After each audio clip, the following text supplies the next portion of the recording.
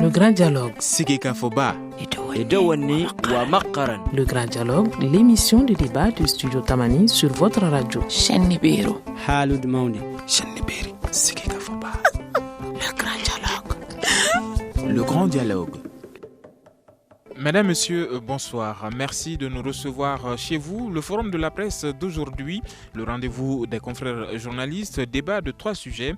Comme d'habitude, l'après-signature du 20 juin et la mise en place du comité de suivi. Nous allons également voir le calendrier prévu pour la mise en œuvre donc, de l'accord de paix signé par l'ACMA et le parachèvement donc intervenu ce 20 juin, samedi dernier. Donc l'Amphia Sinaba, journaliste indépendant, Ami Bessissé de la radio RFM et Diakar Diayossi sont les journalistes invités à cette émission et nous allons voir dans la troisième et dernière partie la prestation des Aigles à la Coupe du Monde des moins de 20 ans en Nouvelle-Zélande qui s'est déroulée et dont le Mali a terminé troisième. Merci de nous être fidèles. Merci à vous messieurs pour votre disponibilité. Je suis Famoussa Zidibé, Mamadou Ouattara est à la technique. Studio Tamani. À peine signé, l'accord pour la paix et la réconciliation au Mali connaît ses premières péripéties. La mise en œuvre du comité de suivi de l'accord crée des tensions entre les mouvements armés rivaux. Le vent de discorde dans les rangs du MNLA est-il un facteur handicapant de la mise en œuvre de l'accord du 20 juin? La question reste posée. Une branche du mouvement rejette le document depuis sa signature. D'après les dispositions de l'accord, le comité de suivi doit être composé du gouvernement, des mouvements signataires et de la médiation internationale. Aucune précision n'est cependant donnée quant aux modalités de répartition des sièges. Déjà, la plateforme met la médiation en garde contre le déséquilibre lors de la représentation des entités au sein du comité de suivi. La présidence du comité et son secrétariat permanent pose également problème aux groupes armés. Alors la FIA, le pari donc de Ami Bessissé est gagné. La première question s'adresse à vous. Aujourd'hui, que faut-il attendre après cette signature du 20 juin? La mise en œuvre. Il faut s'attendre à la mise en œuvre de l'accord. Ça, c'est la première des choses. Et c'est de donner les moyens pour qu'on puisse aller à cela. Voilà. Et comment vous voyez cette mise en œuvre? Avec les dissensions aujourd'hui au sein du MNLA et les tensions qui existent entre certains groupes rivaux? En ce qui concerne les dissensions du côté du MNLA, je vois en cela deux aspects. D'abord, j'analyse cela comme étant une éventuelle possibilité, un coup de bluff. Parce que c'est des gens qui sont forts en communication, une manière de prouver que le document il ne répond pas 100% à leurs aspirations d'autonomie. Ou encore tout simplement c'est réel, ils ne sont pas d'accord. Cette dissidence elle existe et si tel est le cas, je pense que ça mérite d'être pris au sérieux dans la mesure où quand on regarde l'évolution de la crise, on se rend compte que ce sont ces véritables récalcitrants qui sont à la base de la contestation en 2012, la branche dirigée par les Moussa Gassari et Moussa Gataer. Donc je pense que c'est quelque chose qui est à prendre au sérieux et de faire tout pour qu'on puisse les ramener dans ces conditions-là à la phase de mise en œuvre. D'accord. Alors, Diakar Diayossi, quel est votre avis par rapport à ces dissensions au sein du MNLA et également pour la mise en œuvre? Bon, pour la mise en œuvre, moi je pense qu'il appartiendra à toutes les parties concernées, n'est-ce pas, de faire preuve non seulement de bonne foi, mais surtout de responsabilité. Et à ce niveau, la communauté internationale est fortement interpellée. Parce que du début des négociations jusqu'à la signature de l'accord le 20 juin, c'est cette communauté internationale-là qui a joué le rôle de garant, n'est-ce pas, de tout ce qui va concerner ce processus. Maintenant, pour ce qui concerne la dissidence, l'Amphia l'a dit, c'est vrai qu'il faut la prendre très au sérieux, mais Moussa Agassari, il est en train de jouer, n'est-ce pas, son dernier va-tout. Par cette dissidence, il prouve que de tout temps, les préoccupations des populations n'ont jamais été l'objet, n'est-ce pas, de cette rébellion. Alors Moussa Agasarid qui est installé donc en Europe et qui parle au nom des populations donc de cette zone. Moi je pense que quel est le paradoxe concernant Moussa Agasarid, moi j'interpelle surtout la France. D'abord, il n'est un secret pour personne que même le MNLA même n'est pas représentatif de toutes les populations du Nord. À plus forte raison, Moussa Agasarid. Aujourd'hui, il joue son combat personnel. Il ne vise que ses propres intérêts et il appartient à la France, n'est-ce pas, qui l'héberge, je le dis comme ça, il a un passeport français. Il appartient à la France de lui faire entendre raison parce que à un moment donné, n'est-ce pas, il faut savoir mettre fin aux différentes tergiversations pour faire face à l'essentiel.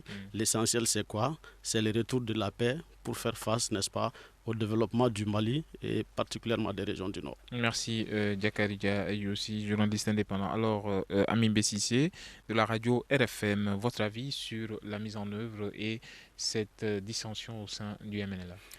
Merci. D'accord, permettez-moi de souhaiter un très bon mois de carême à tous les Maliens en un mot. Je ne suis pas aussi loin de mes confrères. Vous avez vu la lune aujourd'hui? Non. Allez-y. Je ne suis pas loin de ce que viennent de dire mes confrères. En réalité, cette dissidence dont on parle, moi je crois qu'elle est réelle. Parce que ceux qui sont en train aujourd'hui de roupester n'ont pas fait le déplacement. Donc cela veut dire que c'est des gens qu'il faut prendre au sérieux. Parce que s'ils l'avaient vraiment voulu, ils seraient là parmi les autres pour montrer vraiment leur adhésion, quel que soit le caractère qu'on peut en donner à cela. Maintenant, par rapport à ceux-là même qui ont signé le document, vous avez entendu Jerry Mega, dans ce qu'il dit, on sent que c'est des gens qui tiennent encore à leur azawad. Quelque chose qui va être difficile et compliqué à faire. Soit l'État va le faire, les populations vont se révolter, ou bien l'État va refuser, ils prendront les armes. De toutes les façons, devant la communauté internationale, il a tenu ce discours, les gens ont applaudi. Moi, je crois que c'est l'État, c'est la communauté internationale qui ont légitimé ce Azawad, et c'est très compliqué aujourd'hui de pouvoir le sortir de ce document que tout le monde applaudit. Même si ce n'est pas des mains, quand même on se réjouit parce que la population va être apaisée. Je crois que Moussa Agasarid aussi, comme on le dit, c'est quand même quoi qu'on dise, un pion du MNLA. Les trois Moussa, moi je ne dirais même pas lui, Ashura Touman, Moussa Agasarid et Moussa Agataher, c'est des gens qui ont... Ashura Touman est de l'autre côté, lui il a été clair. Justement, mais c'est des gens, moi je les mets toujours dans la même corbeille, ils peuvent être dissidents à ce niveau.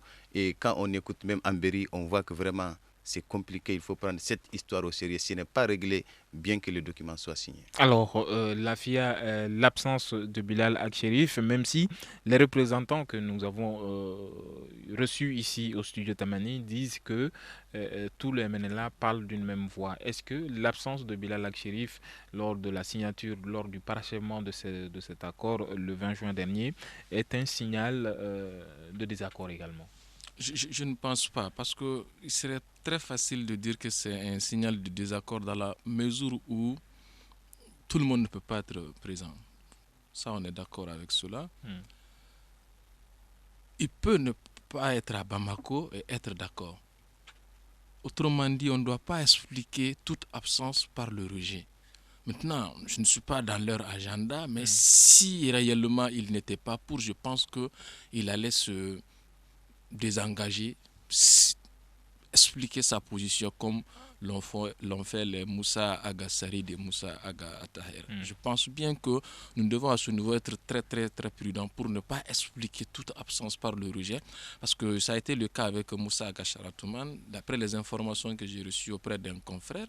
Et par la suite, il y a le responsable même de sa communauté qui est revenu sur l'information comme quoi son absence ne justifie nullement son rejet par rapport au document. Donc je pense que c'est très important de relativiser. D'accord. Maintenant, monsieur, le confrère Sissé a parlé de quelque chose. Il dit que l'accord, on l'a applaudi, même si ce n'est pas les deux mêmes. C'est vrai, c'est applaudi, mais je pense qu'à ce niveau, c'est très important qu'on explique quelque chose aux Maliens. Dans le discours officiel, ça ne ressort pas très souvent. L'accord qui a été signé le 15 mai, on se rend compte que si la CMA a accepté de signer ce même document, c'est parce qu'il y a un autre document qui a été signé. Et le citoyen lambda, malheureusement, n'a pas connaissance de ce contenu. Et c'est très important pour que dans l'avenir, on ne puisse pas parler de trahison. que le peuple ne puisse pas dire voilà, les dirigeants nous ont trahis. Il faudrait que dès maintenant qu'on commence à expliquer cela. Et les gens de la CEMA ont commencé ce processus d'explication. Parce que quand on analyse les propos tenus par Mohamed Djeri au cours d'une interview exclusive qu'il a accordée à l'hebdomadaire Journal du Mali, on se rend compte que ce n'est ni plus ni moins que les doléances qui ont été formulées le 17 mars lorsque la MINUSMA est allée rencontrer les gens de la CMA à Kidal. Et c'est pratiquement les mêmes éléments qu'on retrouve dans le document qui a été signé le 5 juin. Donc il serait bon qu'on explique cela aux Maliens, que l'accord qui a été signé, s'il a été signé, c'est parce qu'il y a eu des amendements. Et les 90% d'après Mohamed Djeri de ces doléances-là ont été prises en compte. Voilà pourquoi ils ont signé. C'est bon qu'on explique tout cela au peuple malien. D'accord. Alors, nous allons voir avec vous, Diakari Diayoussi. Est-ce que, avec cette signature et la programmation donc, de la mise en œuvre, on peut dire aujourd'hui que c'est la fin du terrorisme? Pas tout à fait. Pas tout à fait parce que... Selon les circonstances, on sait que les groupes armés là, selon les circonstances, ils s'appellent MNLA, HUA, MAA, Ansardine. J'exagère en disant souvent Acme et Moujéo. C'est blanc, bonnet, bonnet blanc. Mais avant de venir à ce niveau, moi j'aimerais bien revenir sur l'absence de Bilal Al-Chérif. Son absence ne peut pas être une entorse, n'est-ce pas, à l'avancée du processus. Pourquoi? Parce que de tout temps, il a été quand même le leader incontesté du MNLA. Et Djeri Maïga, si je dois caricaturer, c'est la bouche et les oreilles de Bilal Al-Chérif. Donc quand Djeri est là, ça veut dire qu'il est venu avec la caution, n'est-ce pas, de Bilal Al-Chérif. Donc son absence n'entache nullement l'avancée du processus. Donc pour en venir à ta question, la signature du 20 juin peut faciliter la lutte contre le terrorisme. Parce qu'il est très difficile souvent de faire le distinguo entre les groupes armés et les terroristes. C'est pourquoi la communauté internationale a fait, n'est-ce pas, une pression terrible sur la CEMA pour qu'elle signe, afin qu'on sache désormais qui est rebelle, qui est terroriste. Donc la signature est un pas, mais ça ne veut pas dire qu'automatiquement c'est la fin du terrorisme. Je pense que c'est maintenant qu'on peut commencer même la lutte contre le terrorisme dans le nord du Mali. D'accord. Un tout petit peu rigoler avant cette émission, il y a un confrère qui disait, mais bizarrement depuis qu'on a annoncé la signature du 20 jusqu'à maintenant et aucune attaque. Il dit que il invite les gens à réfléchir par rapport à ça. Voilà. Alors, Amimbe Sissé, cette question du terrorisme, comment est-ce que vous la définissez? Difficile de pouvoir expliquer lorsqu'on n'est pas vraiment acteur de ce qui se passe. On sait que le Mali pratiquement est à marge de cette lutte contre le terrorisme. La France et puis voilà, disons, la France et tous ses secrets, on ne peut pas très bien comprendre. Mais il faut reconnaître que ces mouvements qui ont signé aujourd'hui ne sont pas moins que les terroristes dont on parle. On connaît leurs accointances de tout le temps, la façon dont ils ont toujours agi. Quelqu'un le disait, c'est bonnet blanc, blanc, bonnet. Mais ce que moi je soulève surtout aujourd'hui, ça va être compliqué avec cette armée dont on parle. L'armée ne pourra pas faire cette lutte. Une armée qu'on qualifie de reconstituée. Une armée en reconstruction, ça c'est et surtout une armée qui ne pourra pas aller partout. Même si l'accord le dit, quand on écoute aujourd'hui Djeri qui dit qu'il faut que l'Azawad soit défendu par les forces de l'Azawad, il s'agit toujours de ces mêmes gens à qui on va donner des armes, à qui on va confier des secrets et qui par la suite peuvent aller à tout moment trahir le peuple. Donc c'est très embarrassant, c'est très très difficile de pouvoir faire cette guerre. Le Mali, il va encore falloir qu'il y ait du temps, parce que la communauté internationale l'a maintes fois répété, elle ne va pas faire la guerre à la place de tout le monde, bien que ce soit un phénomène international. Mais on peut peut-être espérer, comme l'a dit tout de suite la FIA, voilà, donc on peut espérer au cas où. D'accord. Alors nous allons observer quelques secondes de pause avant de poursuivre avec la deuxième partie de cette émission. Vous écoutez Studio Tamani, votre avis nous intéresse. Écrivez vos commentaires et suggestions sur la page Facebook et dialoguez avec nous. Studio Tamani, c'est aussi les réseaux sociaux. Les réseaux sociaux, vos commentaires et vos réactions sont donc les bienvenus sur nos différents réseaux sociaux, à savoir Facebook et Twitter, mais sans oublier cette émission qui sera donc mise en ligne à travers donc YouTube. Vous pourrez donc revoir la vidéo de cette émission et réagir si vous voulez. N'oubliez surtout pas notre site web également, www.studiotamani en un seul mot.org. Alors nous allons voir la deuxième partie, la seconde partie qui parle donc du calendrier. Mais avant de toucher à cette question de calendrier, nous allons permettre à Lafia de réagir à cette question du terrorisme. Donc, est-ce la fin du terrorisme? Vous avez touché deux mots, mais je vous relance sur cette question. Est-ce que c'est la fin du terrorisme avec cette signature du 20 juin? Je ne pense pas que cette cérémonie du 20 juin soit la fin du terrorisme. Mais ça permettra, ça aura l'avantage, le mérite de focaliser toutes les attentions aujourd'hui sur la lutte contre le terrorisme. Parce qu'on suppose qu'aujourd'hui, avec cette signature, on a fait une délimitation, les forces du mal et les aspects positifs. Donc je pense que ce n'est pas la fin du terrorisme, mais ça permettra de pouvoir faire face efficacement à la lutte contre le terrorisme, de concentrer, de focaliser toutes les attentions sur cette lutte-là. Amin Bessissé veut ajouter quelque chose, allez-y. Oui, justement, je voudrais ajouter quelque chose. Vous savez, aujourd'hui, les pays qui ont beaucoup plus aidé le Mali ont aussi aujourd'hui les difficultés. Quand vous voyez le Tchad, quand vous voyez la France, c'est-à-dire, en fait, aujourd'hui, même si les puissances aujourd'hui se mettaient ensemble, combattre les terroristes un peu partout au monde commence à devenir une équation difficile à résoudre. Mais comme il l'a dit, ce ne sera pas d'un seul coup. Il va falloir que même la population civile s'investisse dans cette histoire parce que les terroristes, c'est des gens qui sont souvent camouflés parmi nous-mêmes. Donc je crois que il va falloir que même les populations à la base soient initiées dans cette lutte contre le terrorisme, comme aux États-Unis où voilà, il y a des mesures quand même élémentaires qui permettent aux citoyens d'identifier et puis d'alerter. D'accord, alors cette deuxième partie qui est donc consacrée au calendrier de mise en œuvre de l'accord, un bref aperçu des missions du comité, l'intégration des ex-combattants sous 90 jours, le désarmement, la démobilisation et la réinsertion sous 60 jours, sans oublier le redéploiement des forces armées de défense et de sécurité en 60 jours, la mise en place d'une police territoriale dans les 12 mois. Alors, le décompte donc de ces dates a commencé depuis le 20 juin dernier. Dakar aussi, est-ce que le calendrier de mise en œuvre de cet accord qui est de 12 mois est convenable? Je ne crois pas.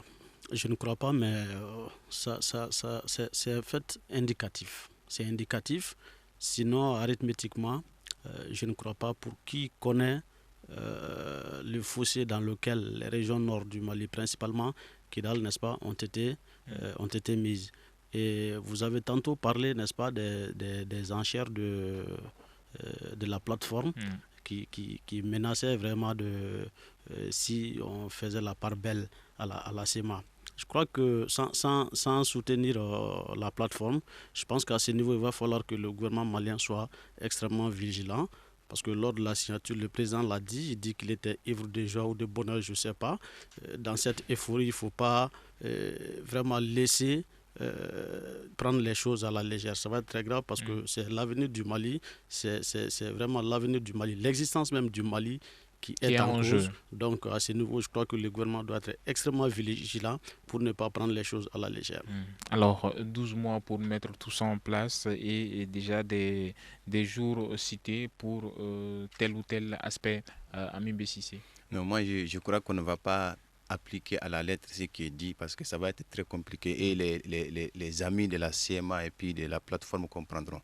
Maintenant, on sait que la CMA, peut-être il n'a pas voulu le dire, la CMA a vraiment eu la part belle dans cette histoire, qu'on le dise ou pas. Aujourd'hui, c'est ce qui peut frustrer.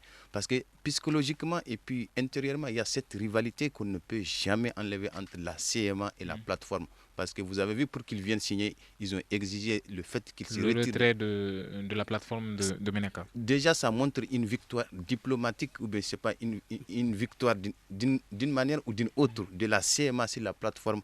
Et qu'est-ce qui s'est passé? On voit tout un État qui revient reprendre toute une cérémonie que vous avez déjà organisée depuis le 15 mai à cause de quelques individus. On revient surtout, et comme pour dire que ce jour n'a pas de pareil au Mali, comme si le président a nettoyé ce qui s'est passé le 15 mai. Je crois que la CMA, diplomatiquement on peut le dire, a fait vraiment tomber le Mali, et là il faut qu'on se relève aussi rapidement qu'il faut maintenant que cet accord est signé. Alors, calendrier, un mot sur... Famoussa, tu permets que je rebondisse un peu sur ce que vient de dire Ami. En fait le retrait de la plateforme de Ménaka ne constitue pas forcément une victoire diplomatique ou une victoire quelconque de la CEMA sur la plateforme. Parce que quand vous regardez, moi je dirais même que la reprise de Ménaka par la plateforme restera à jamais un échec pour la CEMA. Pour qui connaît l'histoire des rébellions, elles ont toutes commencé par Ménaka. Et je crois que depuis les récents événements, c'est la première fois, n'est-ce pas, que la CEMA enregistre un cuisant échec, et quelles que soient les conditions dans lesquelles la plateforme s'est retirée, parce que c'est important, la plateforme s'est retirée à la suite de la signature d'un accord. Autrement dit, le gouvernement malien a tordu la main à la plateforme pour qu'elle se retire. Autrement dit, elle serait restée et la CEMA ne serait jamais rentrée. Ami, laissons la FIA. Je voudrais abonder dans le même sens que Jakar Diayossi. Je pense qu'on doit avoir en ce retrait un aspect positif. Comme on le dit, le fait que la plateforme s'est retirée de Ménaka, comme on le dit, on doit positiver. Parce que la plateforme doit se dire que c'est grâce à elle que la CEMA a quitté Ménaka.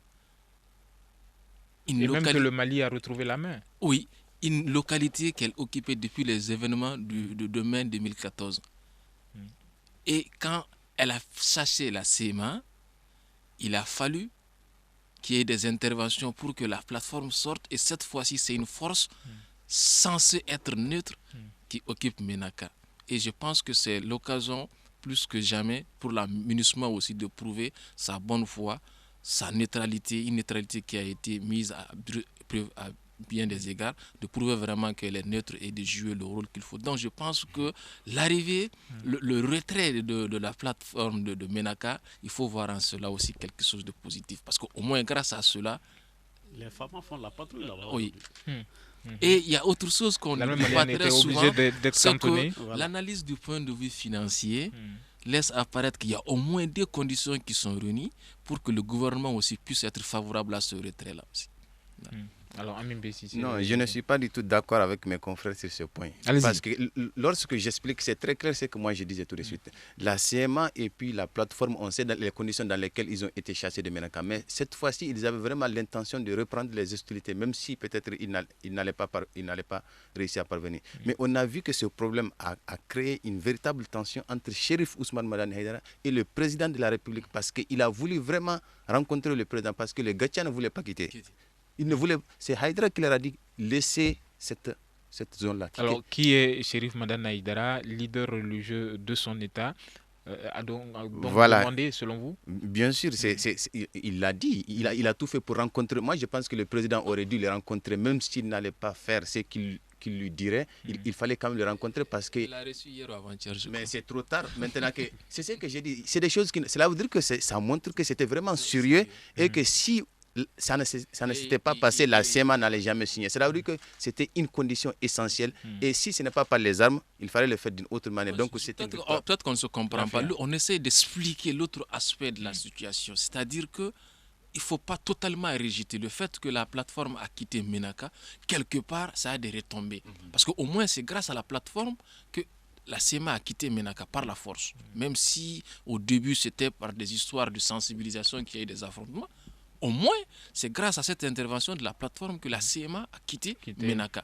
Et aujourd'hui, la plateforme, elle n'est pas à Ménaka, tout comme la CEMA, mais c'est la MINUSMA qui va assurer cette fois-ci la sécurité. Il y a aussi les forces armées maliennes qui sont à Ménaka. Donc je pense que quand je parle d'aspect positif, c'est par rapport à cela. Donc il ne faudrait pas voir en cela quelque chose de négatif dans l'ensemble. Mais je sais que c'est comme ça que la CMA, je sais que c'est comme ça que la CMA interpréterait cela. Et moi, je suis sûr et certain que cette rivalité, ça ne s'éteindra pas. Non. Chers confrères, on boucle cette partie. Vas-y. En fait, ce n'est pas parce que la CMA l'interprète comme ça que nous devons le comprendre ainsi forcément. Et une chose est sûre, avant cette dernière intervention, les forces armées maliennes étaient présentes à Ménaka, mais elles étaient cantonnées, elles étaient quasiment en prison. Et c'est grâce au retrait de la plateforme aujourd'hui que non seulement la CMA est partie, mais que les FAMA, aujourd'hui, ce sont les forces armées maliennes qui assurent la sécurité des personnes et de leurs biens dans Ménaka. Et je pense que ça, c'est un point positif, mon cher. D'accord. Alors, nous allons toujours revenir sur les dates prévues donc pour la mise en œuvre de ces différents aspects, notamment le désarmement, la démobilisation et la réinsertion. Aujourd'hui, la FIA, nous avons vu lors de l'accord de Ouagadougou, il y avait un deadline également qui avait été annoncé 60 jours après donc la signature des négociations devait s'enclencher. Aujourd'hui, on parle de 60 jours, de 90 jours pour la mise en œuvre et pour la pratique de certains aspects. Est-ce que vous pensez que ces dates-là également, ces deadlines vont être respectées? Ça dépend. Même si c'est à titre indicatif. Ça dépend. Je me rappelle, par rapport à l'accord de Ouagadougou, il était prévu le cantonnement. La MINUSMA avait même commencé à identifier des zones de cantonnement, tout.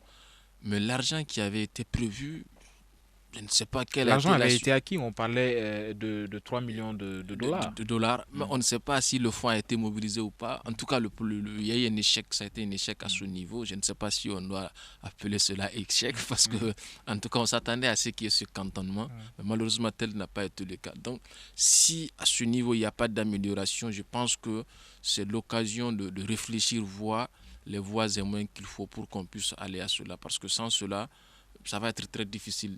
Il faudrait les identifier, les combattants, les cantonner, les désarmer et procéder à leur insertion. C'est un préalable. Maintenant, si les conditions ne sont pas réunies, il faut en créer. Alors aujourd'hui, quel peut être le nouveau visage de l'armée malienne avec ses combattants? Est-il possible de les intégrer dans l'armée? On avait dit en un premier temps qu'il y aura intégration, mais que ça se fera au cas par cas. Bon, maintenant, avec le dernier document qui a été signé, je ne sais pas, parce qu'on n'a pas accès à tout le contenu. Je ne sais pas ce qui a été décidé au final. Sinon, il était prévu de procéder à des recrutements, la réintégration au cas par cas. En tout cas, ce que les autorités maliennes avaient dit à l'époque. D'accord. Maintenant, on ne sait pas si cela est toujours d'actualité. Alors, une armée reconstituée, composée de combattants rebelles et de soldats. Comment est-ce que ce commandement, quelle peut être l'ossature de ce commandement d'une telle armée, Diakardia aussi? Famoussa, moi j'ai bien peur.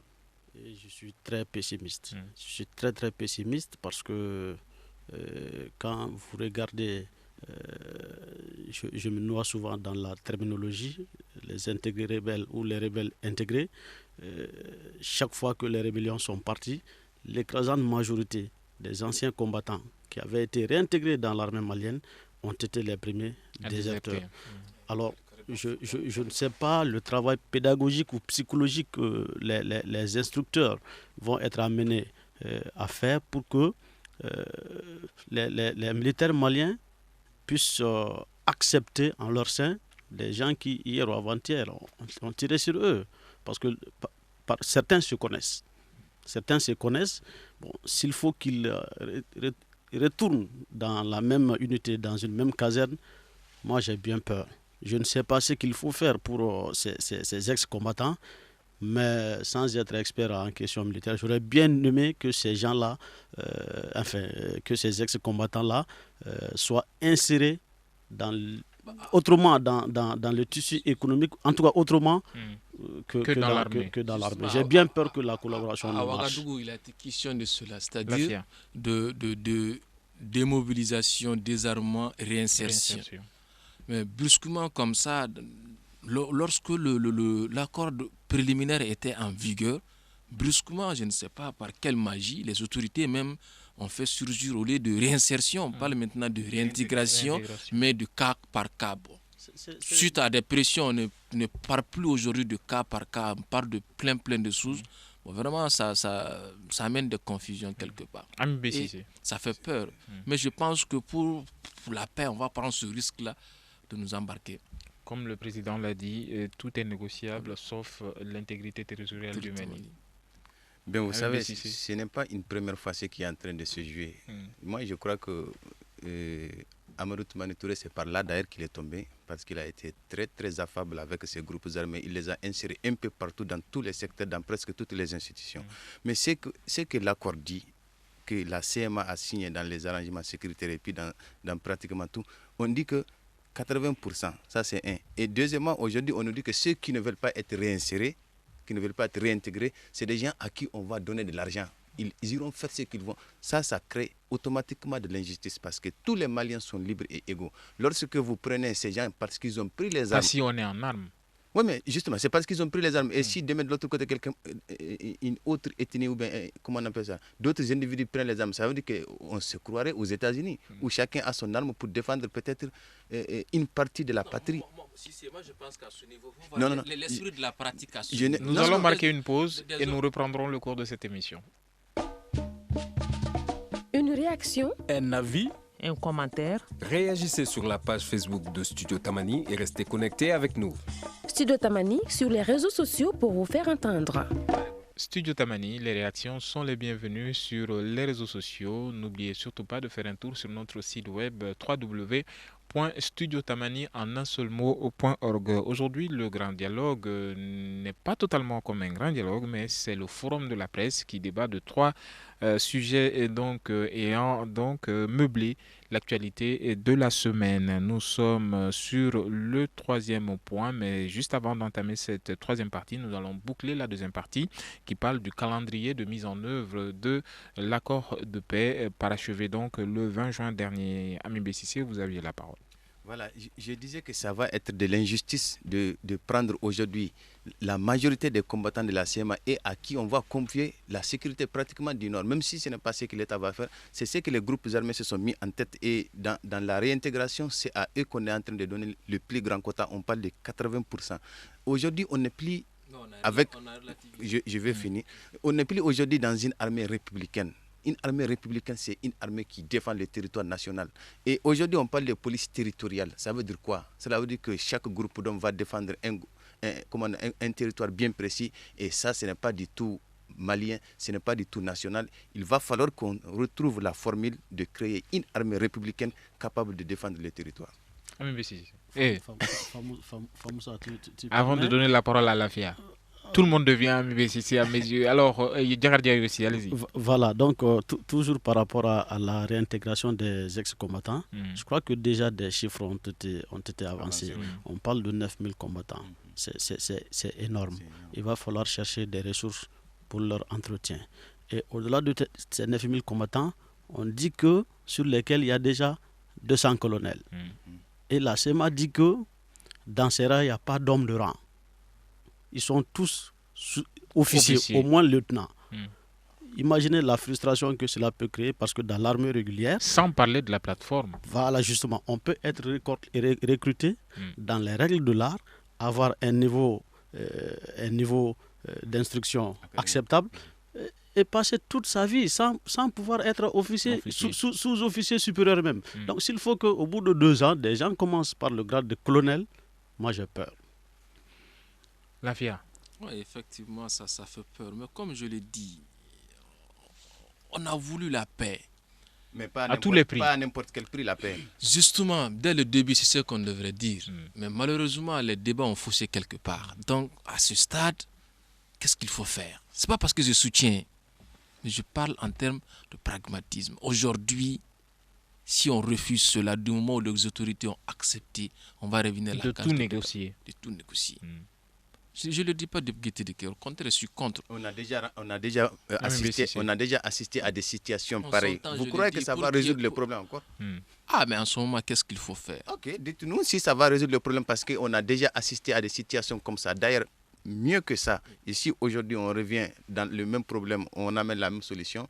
peut-être que le prochain président va aussi être confronté à la même difficulté. On a 10 minutes pour jouer au foot.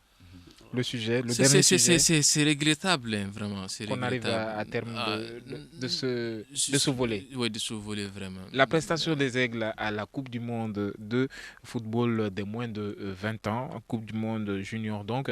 Alors, que faut-il donc attendre de ces Aiglons qui ont donc terminé troisième de cette compétition après 99 avec la génération de Seydou Keita.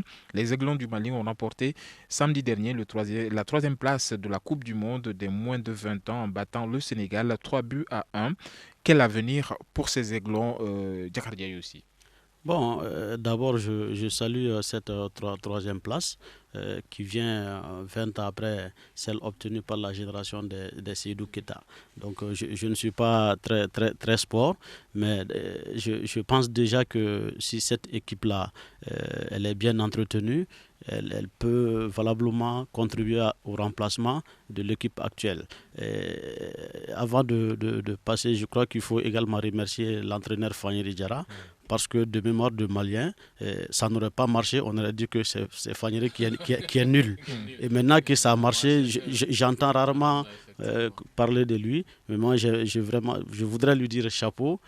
Et demander également aux autorités sportives de permettre à Fanyeri, n'est-ce pas, de se former, parce que je sais qu'il n'a pas fait une très grande école d'entraîneur, donc qu'on lui permette de se former. Malgré ce niveau. Voilà, pour pouvoir continuer, n'est-ce pas, à suivre ces jeunes-là qui nous ont émerveillés.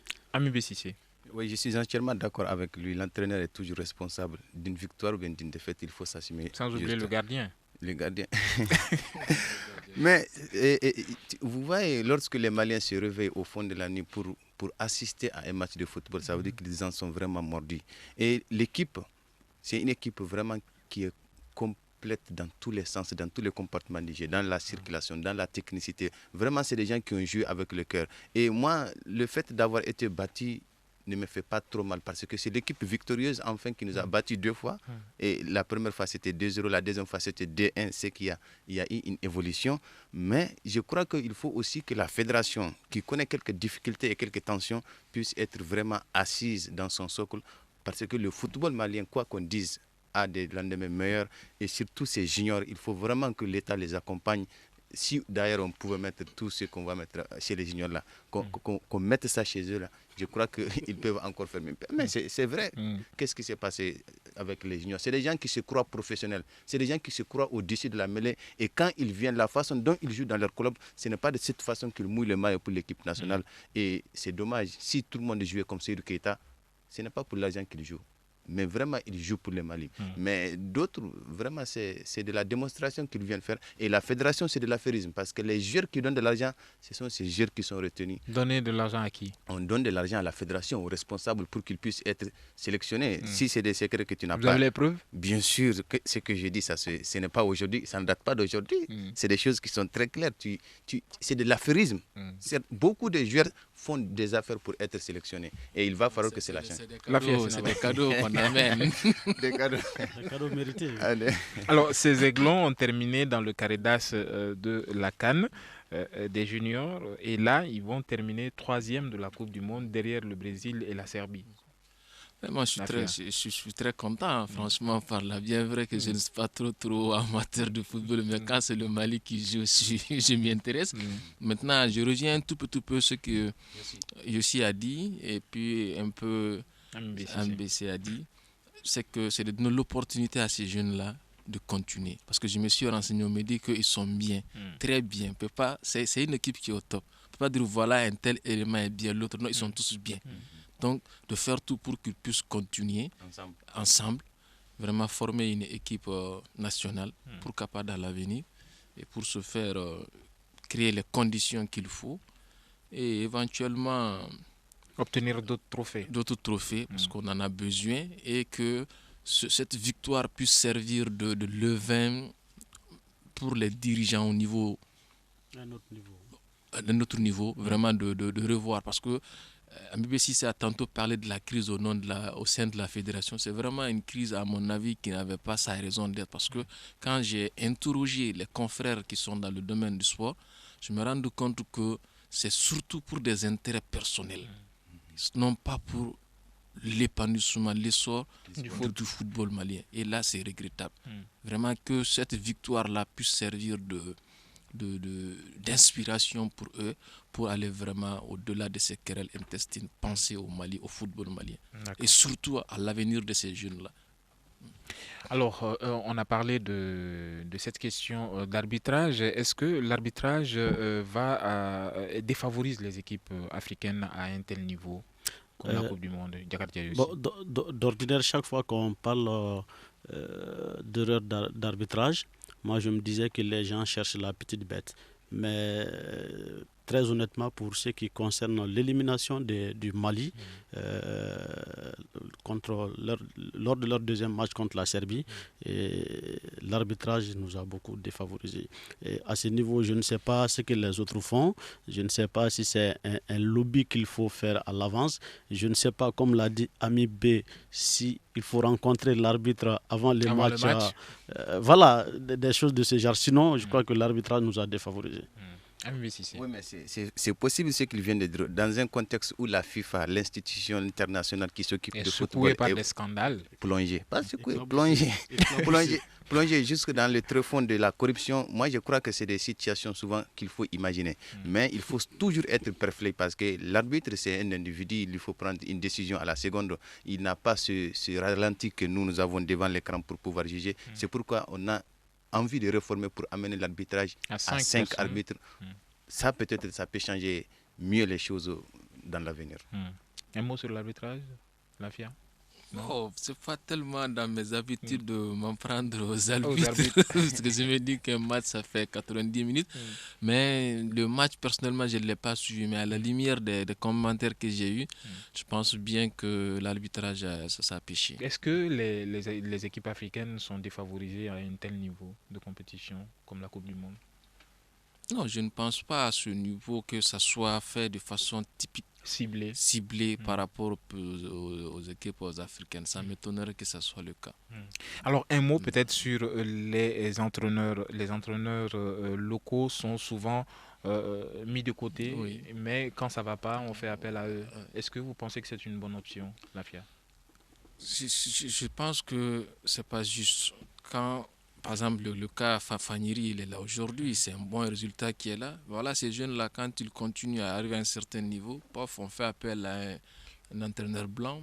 Bon, je me dis pourquoi ne pas donner l'opportunité, comme Yossi l'a dit aujourd'hui, de trouver par exemple une bourse à Faniri pour qu'il aille se perfectionner et qu'il continue avec ces jeunes-là. Pourquoi ne pas donner la chance à ces jeunes-là d'être de l'équipe A de demain et qu'ils soient dirigés par le même Faniri Diarra. Et là, du point de vue économique, ce qui va nous revenir moins cher par rapport à un entraîneur étranger, un blanc, quelque chose, en tout cas un entraîneur qui n'est pas malien, expatrié. Au-delà de l'aspect financier, il y a le fait qu'on va remettre en valeur notre sport à travers nos élites. Comme d'autres l'ont fait, comme le Nigeria, l'Égypte. À ce niveau, l'entraîneur local, il est d'autant plus utile, plus important. Mais le fait même, en Nouvelle-Zélande, Faniri parlait en langue nationale, Bamanankan, à ces jeunes-là. Ce n'est pas négligeable. Et pour en venir de façon générale, Stéphane Keshi, c'est l'un des meilleurs entraîneurs africains. C'est un local. Et il a l'un des meilleurs palmarès parmi les entraîneurs locaux. Juste deux mots. Je suis entièrement d'accord avec tout ce qu'ils ont dit. Juste pour dire bonsoir à tous ceux qui écoutent du côté de Tombouctou, c'est chez moi. C'est sur la radio Al-Farouk et la radio Djamana. Je leur dis bonsoir. Merci pour le teasing. Alors, c'est donc la fin de cette émission qui vous a été présentée par Famoussa Sidibé. À la mise en onde, il y avait Mamadou Ouattara, régie vidéo Nouhoum Djire, réalisation Ousmane Diadje Touré. Nos invités, ils sont 3. Lafia Sinaba, journaliste indépendant, Ami Bessissé de la radio RFM, et Djakardia Yossi, journaliste indépendant également. Merci à vous pour nous avoir suivis. Nous vous disons bon week-end et bonsoir. À lundi pour un autre débat.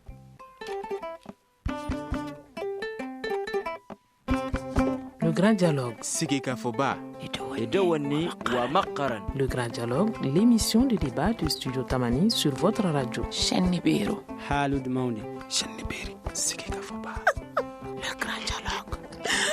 Le Grand Dialogue.